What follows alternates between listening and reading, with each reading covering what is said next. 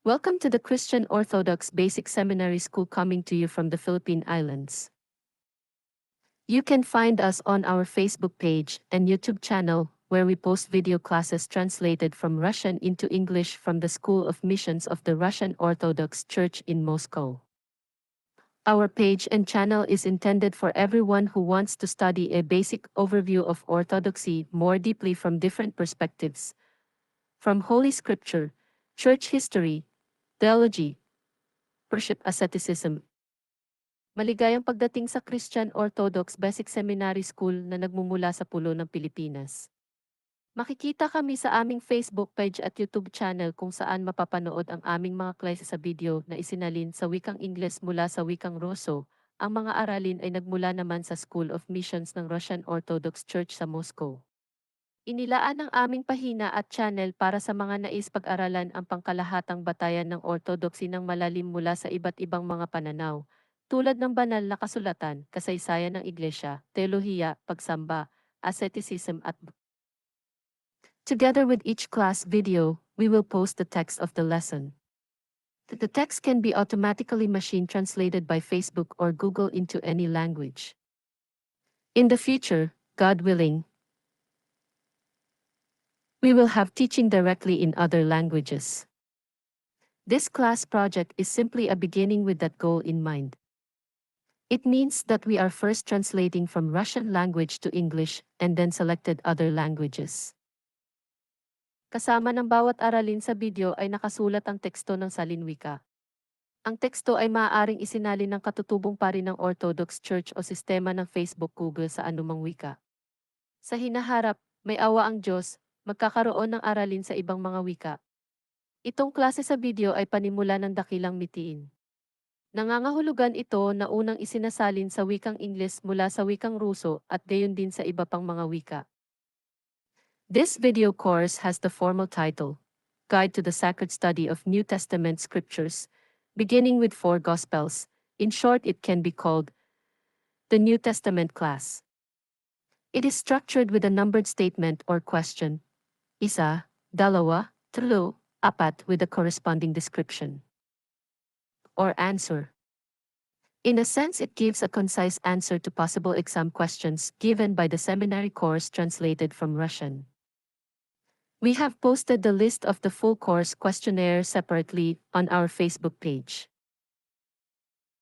Ang pamagat nitong kurso video ay Patnubay sa Sagradong Pag-aaral ng mga banal na kasulatan sa Bagong Tipan, nagsisimula sa 4 na mga ebanghelyo. Sa madaling salita, maaari itong tawaging ang aralin ng Bagong Tipan. Ito ay nakabalangkas na may bilang na aralin o tanong, 1, 2, 3, 4 na may kaukulang paglalarawan o sagot. Sa payak na kahulugan, ito'y nagbibigay ng tamang sagot sa mga tanong sa pagsusulit na nagmula sa kurso sa seminaryo na isinalin mula sa wikang Russian. Makikita ng hiwalay ang listahan ng buong kurso ng tanong sa aming pahina sa Facebook. In the first class, we will cover the meaning of Isa, the canon of the New Testament. The word canon means rule, a straight stick that serves as a ruler, a standard of directness. In a figurative sense, it began to mean the standard of correctness. When applied to the Holy Scripture, the canon means a set of books recognized as inspired by God and intended for reading by believers. Sa unang klase ay sasaklawin ang kahulugan ng isa, ang kanon ng Bagong Tipan. Ang salitang kanon ay nangangahulugang sukatan, isang tuwid na kahoy na nagsisilbing panukat, ibig sabihin, isang matuwid na pamantayan. Sa matalinhagang kahulugan, nagsimula itong mga hulugan ng pamantayan ng katwiran. Kapag inilapat sa banal na kasulatan, ang kanon ay nangangahulugang isang hanay ng mga kilalang aklat na nagtataglay ng patnubay ng Diyos at isinulat upang mabasa ng mga mananampalataya. The canon of the New Testament was recognized by the Church by the 4th century and includes the 27 books, 4 Gospels, Matthew, Mark, Luke and John, das Apostles, the Apostles, James, 1, Peter, 2, John, 3, Jude, Isa, and Paul, Labing 4 and the Revelation of John the Theologian. The canonicity of these books is determined by their undoubted apostolic origin.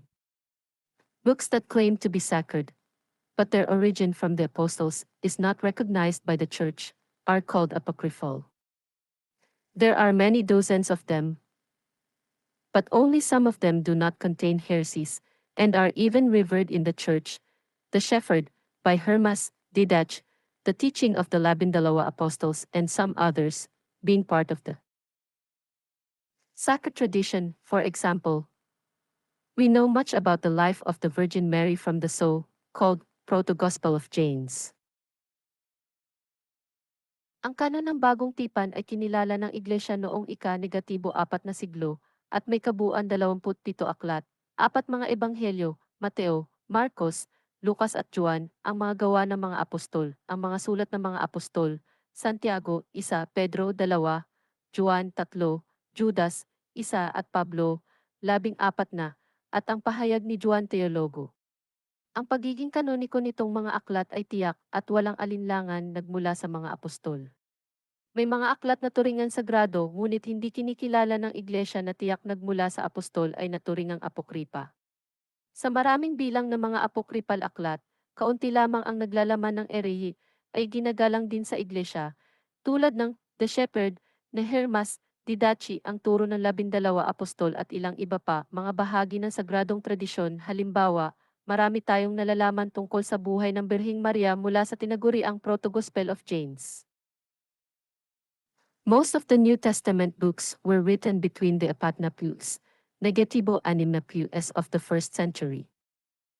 These writings have come down to us in thousands of manuscripts, the oldest of which date back to the beginning of the 2nd century. In addition, the books of the New Testament are mentioned and quoted by many authoritative church writers of antiquity in such a way that using only these quotations, we can sum up the fullness scripture. Karamihan sa mga aklat ng Bagong Tipan ay naisulat sa pagitan ng mga taon 40 negatibo 60 ng unang siglo. Ang ganitong mga sulatin ay nagmula sa libu-libong mga manuskrito.